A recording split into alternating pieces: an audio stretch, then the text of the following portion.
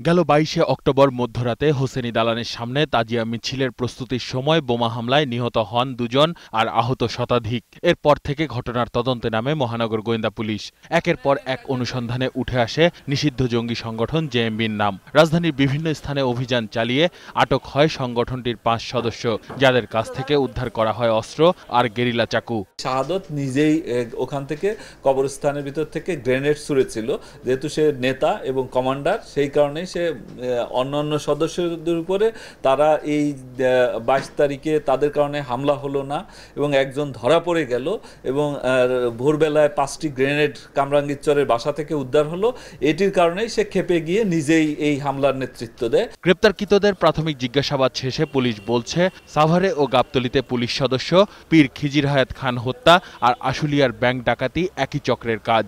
গেল রাতে রাজধানীর দারুস সালাম এলাকায় বন্দুকযুদ্ধে নিহত আলবানী ওরফে শাহাদত ছিল এসব পরিকল্পনার মূল হোতা, যে জেএমবির সামরিক প্রধান হিসাবে কাজ করত।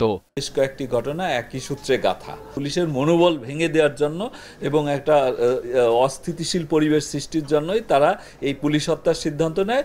সূক্ষ্ম পরিকল্পনায় ঘটত এসব নাশকতা, আর সাম্প্রতিক সময়ে শিবিরের কিছু সদস্য এই জঙ্গিদের সঙ্গে কাজ করছে বলেও জানান এই পুলিশ কর্তা। ইসলামিক ছাত্র শিবিরের বেশ কিছু ছেলে আন্ডারগ্রাউন্ড হয়ে তারা এই জেএমবি সদস্য হয়েছে, অর্থ এসেছে। জঙ্গিদের গ্রেপ্তারে এই প্রক্রিয়া চলমান থাকবে বলেও জানান তিনি। তাদেরকে আমরা অচিরেই গ্রেপ্তার করতে। আসিফ সুমিত, ২১শে টেলিভিশন, ঢাকা। কিছু ছেলে